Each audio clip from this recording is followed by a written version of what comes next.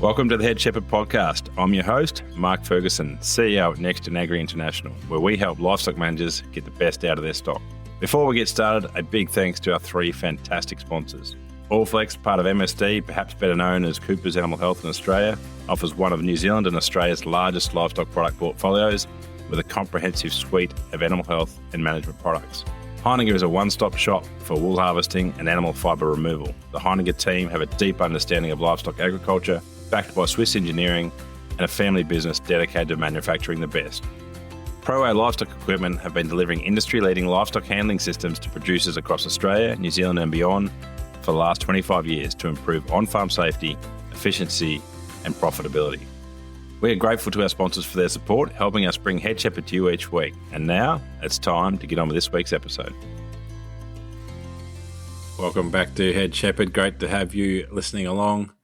This week on the show, we feature Laura Deeming. Laura did a PhD in hoof health in goats. As you know from stuff we've talked about before, we're very interested in anything that can improve lameness, improve hoof health generally. We've been tackling it from a genetic angle. Laura's PhD was around the impacts of trimming and sort of interventions that could help the outcome in that case in indoor housed goats in the North Island. Obviously, we use this opportunity to try and learn a bit about how that might apply to extensive systems that we more typically work in. Before we get into that, if you happen to be in the north of the South Island, where I'm heading to Nelson or near Nelson on this Thursday, Beef and Lamb New Zealand have a Tasman Farming for Profit group meeting. Kilograms is King is what it's called, and so we're talking all things profitability. I'm joining Renee Corner-Thomas from Massey University, who's talking about lifting sheep performance through sort of feeding and breeding and pasture utilisation. I'm going to be talking about applying a sheep and beef genetic plan. So the opportunity to go through and do one of our genetic plans, and so we go through from go to woe, and people will leave that with a breeding objective, essentially a plan to go forward, and a few tips from me on how to implement that. So if you happen to be up north, I'd love to see you there on Thursday. If you jump on Beef and Lamb's North and South Islands Facebook page, you'll be able to find all the details.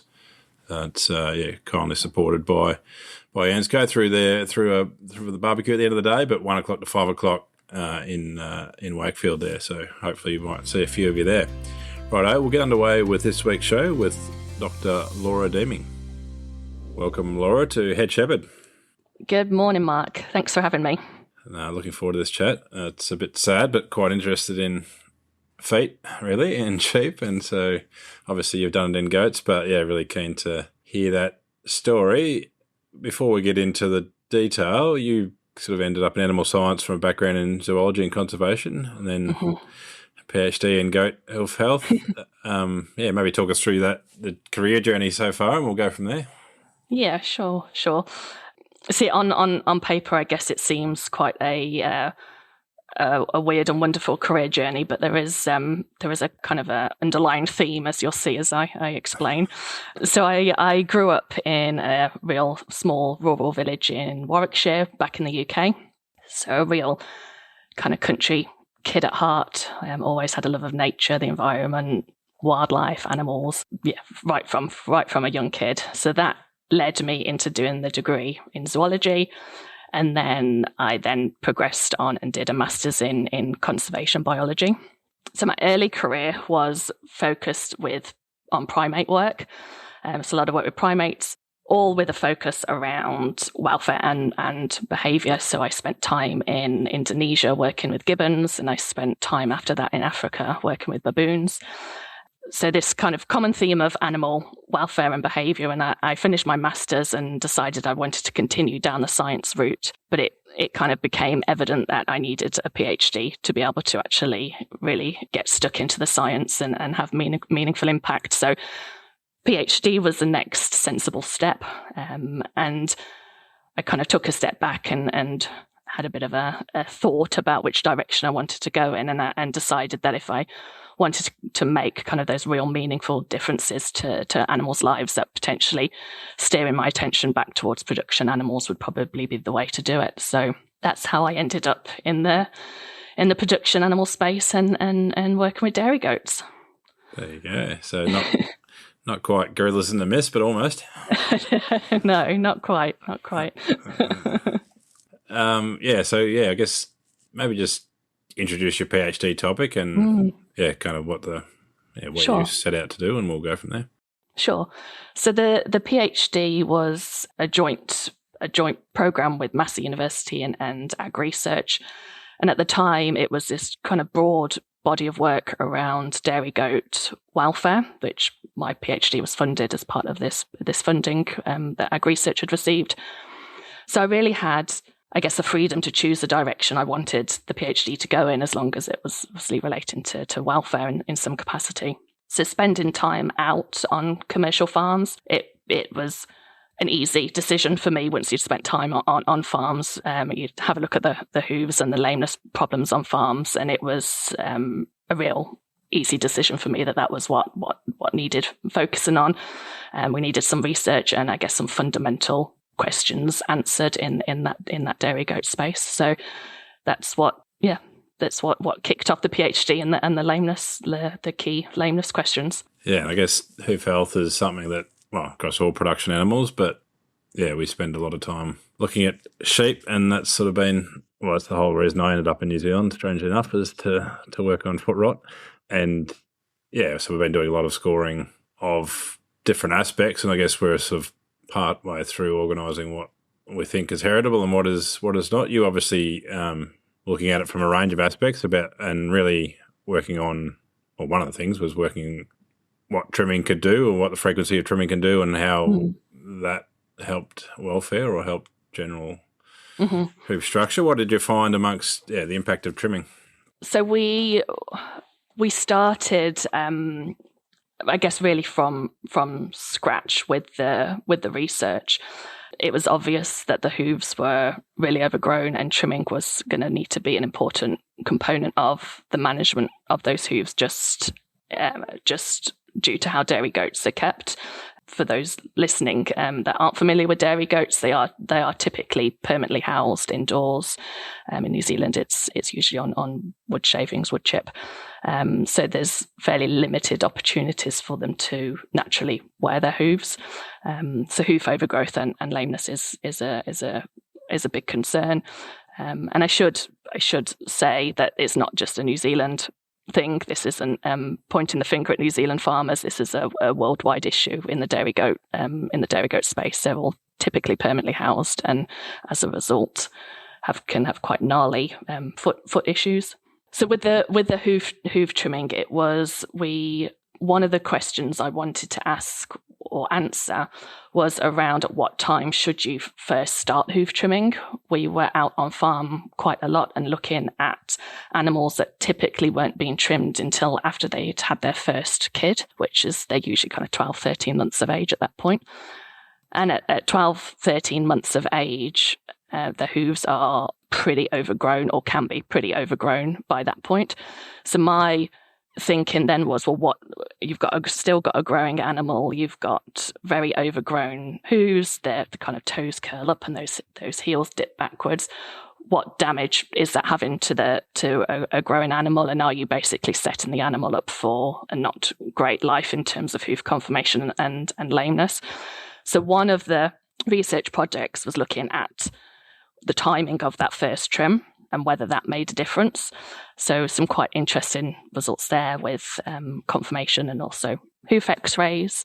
But ultimately we found that it didn't really matter how early you started trimming if you then weren't trimming frequently enough. We found that the 3 times a year that we subsequently trimmed wasn't enough to correct and keep that overgrowth at bay. So we ended up with poor conformation regardless of what age we first started trimming, if that makes sense. Yeah, so essentially human intervention kind of couldn't fix the structure of the foot. Like if it was genetically going to grow that way, or environmentally, or a combination of genetics and environment, it didn't matter. You did get some benefits from in terms of the conformation of the animal, but then it would grow back. Is that the problem? Or? Yeah, exactly that. We did see some kind of good immediate benefits to trimming, but it didn't necessarily correct all the hooves. We could correct some of them back to what we'd kind of class as anatomically correct, but some of them, if they've got to the point where they're kind of really quite overgrown and distorted, trying to correct them back up to an upright hoof, a nice neat hoof, was just, what I was going to say, impossible. But I think it would have needed a lot of continuous trimming and management to be able to recover it, and on a commercial farm that's difficult. Yeah. One of the things you found is that while it did correct them, they increased lying time afterwards, and I'm assuming you're better at it than most, so you weren't cutting them and making them bleed and stuff, so but they were still more tender after, or some reason weren't standing as long after trimming? Yes, and it's a difficult one to say whether it was definitely pain related or not, but there is certainly some evidence in cattle that hoof trimming results in some pain response, and it's obviously quite stressful for them. So it's logical to think that it may have been a bit of a pain response post trimming, and it just takes them, their feet are feeling a bit sensitive, and it results in them lying more post trimming. Yeah, we were very careful with what we were doing, but as you just mentioned, that over trimming aspect of it is quite a concern for dairy goats as well as in the sheep world as well. Yeah, I have spent some time around the place seeing people on conveyors who clearly don't know what they're doing.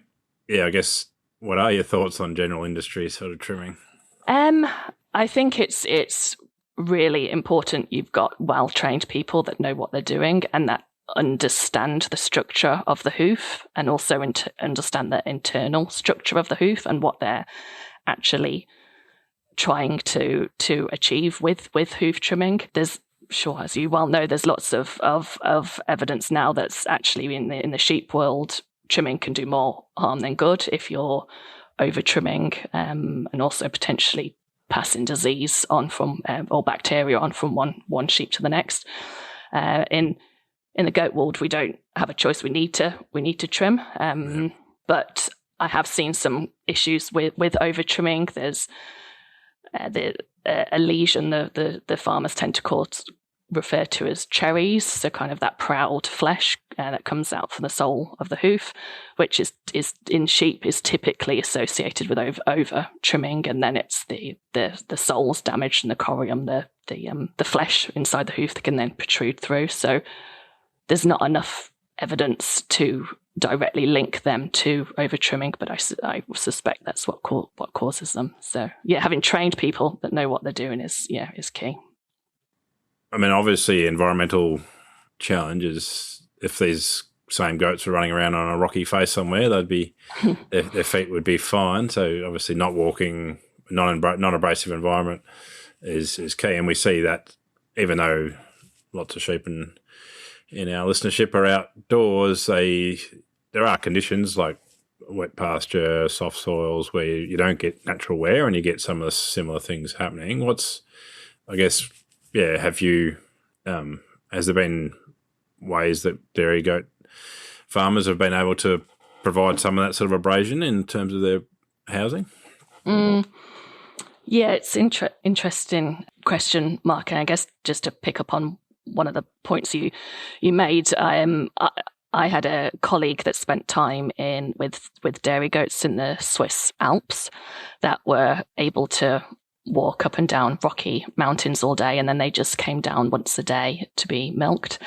And these goats had the most perfect, neat, well-worn, lovely conformation hooves you've ever seen. So in the right environment, they can do it themselves. You don't have to keep intervening and having the hassle of trimming and the expense of trimming. But obviously, we're in New Zealand. We've got permanently housed goats. We haven't got them on mountainous environments. So it's just about trying to do the best we can with what we've got. There are some farms that have now provided outdoor access for the goats and have got kind of river stones or that kind of material out in kind of an outdoor loafing area, which may well help. The only problem with goats, they are a little bit challenging at times because they don't like getting wet. So they'll often choose to stay indoors and won't go out if the weather's slightly bad. So sometimes you've got farmers that have spent quite a lot of money putting these outdoor areas in, and the goats don't tend to go out and use it. So whether there's a need for food enrichment or something out there to encourage them out would probably be worth thinking about. But one thing in some of the studies we did while I was at AgResearch is around goats, the kind of that natural behavior of wanting to climb and wanting to explore. They don't typically want to be on a one level surface. So if there was a way of incorporating that into a farming system, that would be great. But obviously also needs to be practical and feasible on farm, and hygiene and all the rest of it. It's not an easy challenge. Maybe the dairy goat industry should shift to Central Otago. It doesn't rain that much and there's heaps of rocks. So yeah, maybe it'd be a good idea. got to be in the wrong spot. Yeah. Anyway, I guess some people, obviously there's environmental factors. We've been working on the genetic factors. Is there any movement? I mean, did you see variation between individuals, and could you attribute that to sire, or that wasn't something you looked at? So in terms of genetics, my research wasn't aimed to look at genetics or heritability of hoof conformation and lameness. We were focused on management and environmental effects, and we clearly saw that there was a huge influence of the environment on what we were seeing on farm. But having said that, there definitely was, from what we could see, there had to be some sort of genetic consideration. We had animals that seemed to fare much better and their hooves not get quite so overgrown and distorted, and then we had animals that really didn't fare very well at all. So there's certainly, I believe, a genetic component. How heritable that is, I'm not sure. There needs to probably be more work into that space. And I think farmers were generally potentially not breeding from animals that had got really bad or chronic hoof conditions. But in terms of that genetic side of it, there definitely needs to be more work into it. There's an area that is lacking for sure. Yeah, I mean, in sheep, we see the heritability about 0.3 of what we call shape, which is that kind of long growth. And so I imagine it's probably going to be something similar in goats. I don't know. But yeah, it certainly will have a genetic component. It's sort of, I always wonder about what that means then if you go and put those same, if we select the animals in an indoor environment not to grow long toes, and then we put them on a mountain, do they kind of wear their feet out completely, or what happens? But yeah, for sure. I mean, presumably part of the purpose of growth is to obviously replace the material, so you're not wearing it back too far. So it's kind of it's a fit for purpose aspect, I suppose, to genetics, which yeah, absolutely. And without selection, we won't have gone anywhere. But yeah. And we, on farm, you do tend to see a lot of the goats are those kind of white Saanen breeds, because they're the good milk producing breeds. So they're white goats, white feet, which generally then get quite soft quite easily if there's moisture in the bedding. Typically, we didn't necessarily assess breed, so this is just kind of anecdotal observations. But the goats the animals that had got British Alpine or Toggenburg, so the brown and black and different coloured goats that and their feet had got some colour in them. They weren't just pure white. They typically tended to be better hooves on them. Yeah, right.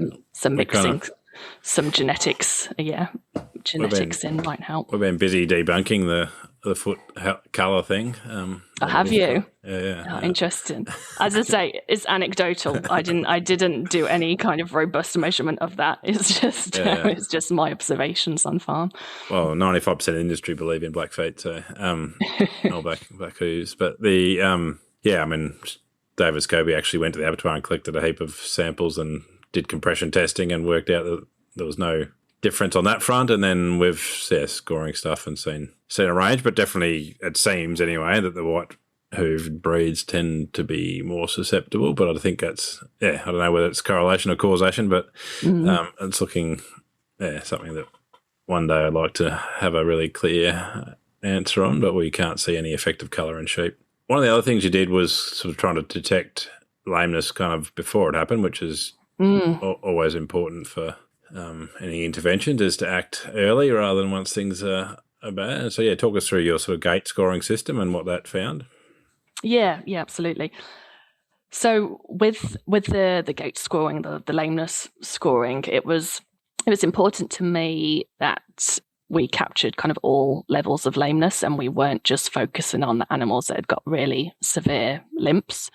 So typically the scoring systems that have been used in dairy goats only really classify a goat as lame once they're really limping. But by that point, you've kind of missed the boat to be able to intervene.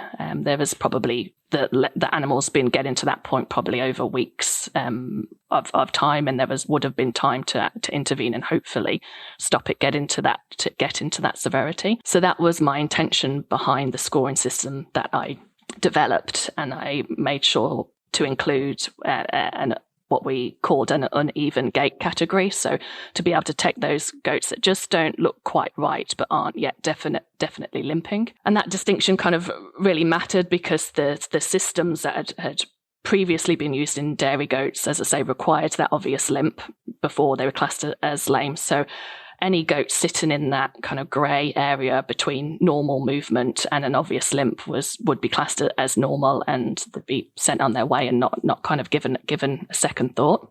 And one of the, I guess, really interesting aspects of one of the studies we did is we lameness scored animals using the previously used scores, and then my 5-point score, which included the uneven gait. And with the previously used score, 81% of the goats we looked at were classified as normal, so classified as their gait was fine.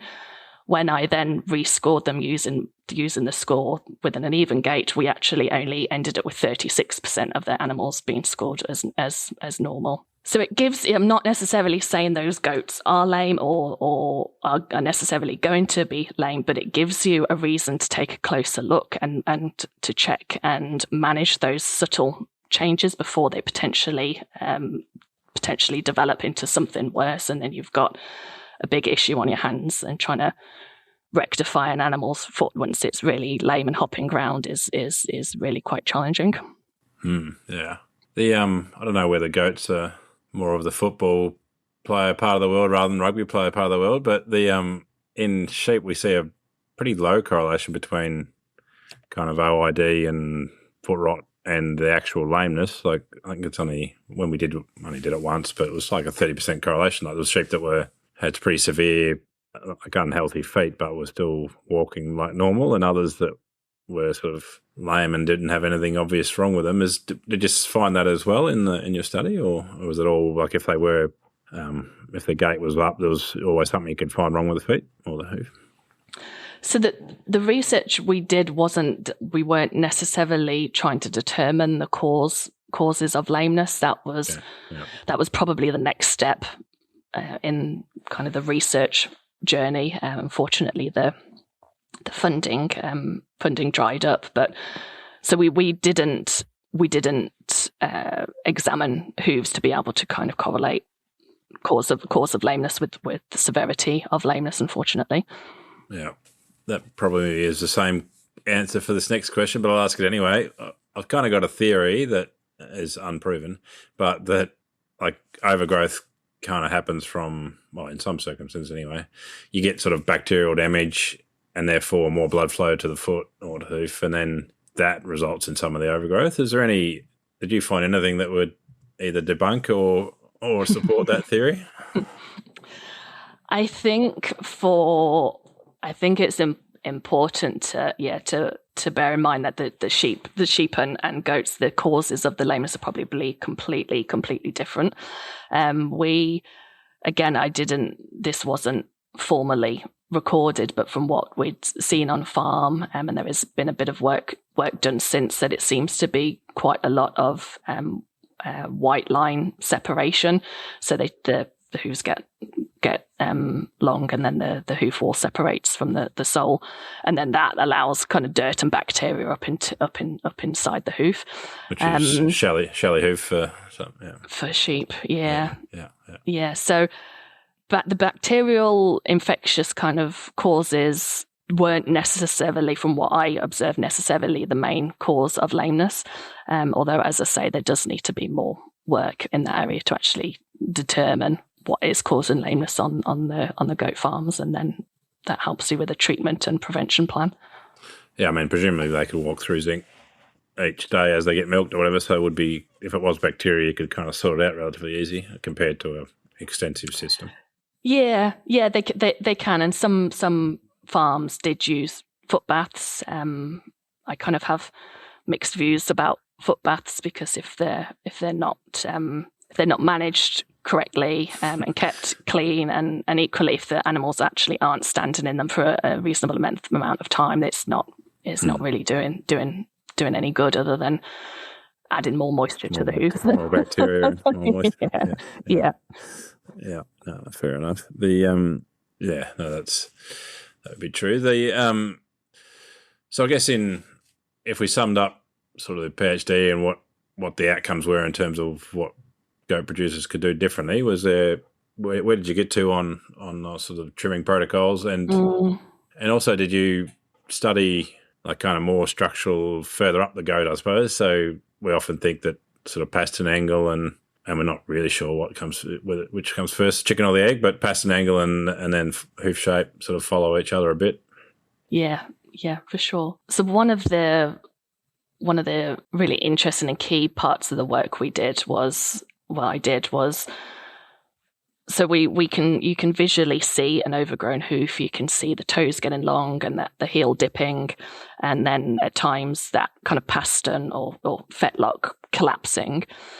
So that's obviously visually obvious, but what I was really interested in was what was happening to the internal structures of the hoof when you've got such bad conformation externally. So one of the studies we did, we actually got equine vets involved from the Waikato Equine Vet Centre, and we took a series of x-rays, so pre and post hoof trimming, to kind of get an idea of actually what's going on inside the animal with joints and bones both within the hoof and the lower leg, and to see, do they kind of recover post hoof trimming, or have we got a distorted internal structure potentially for the animal's life. So it was really fascinating what we saw on some of the x-rays. I think the biggest challenge was getting a goat to stand square and upright and evenly on all four hooves. I think the equine vets probably had more of a challenge getting a goat to stand square than they did a 16-hand racehorse. But we worked out a system in the end. But with those hooves that from the outside are very overgrown, long toes, as you typically see, that the joint angles and the rotation of the bones within that lower hoof are greatly impacted, which we know then can have, if it stays like that, can have a whole host of issues. There's research done in dairy cattle around if you've got an altered weight-bearing surface of the hoof, and then the weights on different parts of those bones within the hoof, the bones actually start to remodel within the hoof, and you end up with bony growths and all sorts of distortion on the bone, which then explains why you end up with chronically lame animals that you can never get quite right. And we saw similar things in the dairy goats. The hoof trimming did correct that and kind of tip them back into more normal, anatomically correct positions in most animals, but there still were a few that it didn't completely correct it. And it would have been interesting to have been able to follow those animals through another lactation or two to see actually what the final impact of that was. Yeah, so I guess looking ahead, what would, if the funding hadn't dried up, or if the dairy goat industry out there, like what would your suggestion be around next steps around hoof health? So I think in terms of next steps, we're still really lacking in the fundamental understandings, I think, of as actually what's causing the lameness on farm. I think there needs to be more research done into actually what's causing it. I mean, the hoof conformation certainly having a huge impact, I should say. But there's going to be other multi factors that are playing into why an animal goes lame. So I think identifying the causes, and then that will help then develop treatment plans, but also preventative plans as well. Farmers are typically trimming more frequently than they did, which is great in terms of keeping that hoof overgrowth down. But as going back to the previous comments, it's only as good as the people doing the hoof trimming. I mean, the obvious answer is genetics, according to me, anyway. But, well, I'm sure there's a bit of a need for that. I'm sure. But yeah, when you've got a hammer, everything looks like a nail. So excellent. Thank you. Thanks very much for your time. One of the things that we like to ask everybody on the podcast is, who's the best human you've had the pleasure to learn from? Interesting question. I think in the animal welfare space, I'm an animal welfare scientist by trade. So the person that kind of sticks out with for me, not that I've worked directly with her, but have met her and listened to many lectures, is a lady called Temple Grandin. I don't know if you've heard of her from. She's over in the States. I've heard a lecture from her at somewhere up at Massey, I think. Yes, probably. Yeah. So a real fascinating lady and a well-known, one of the most kind of accomplished and well-known adults with autism in the world.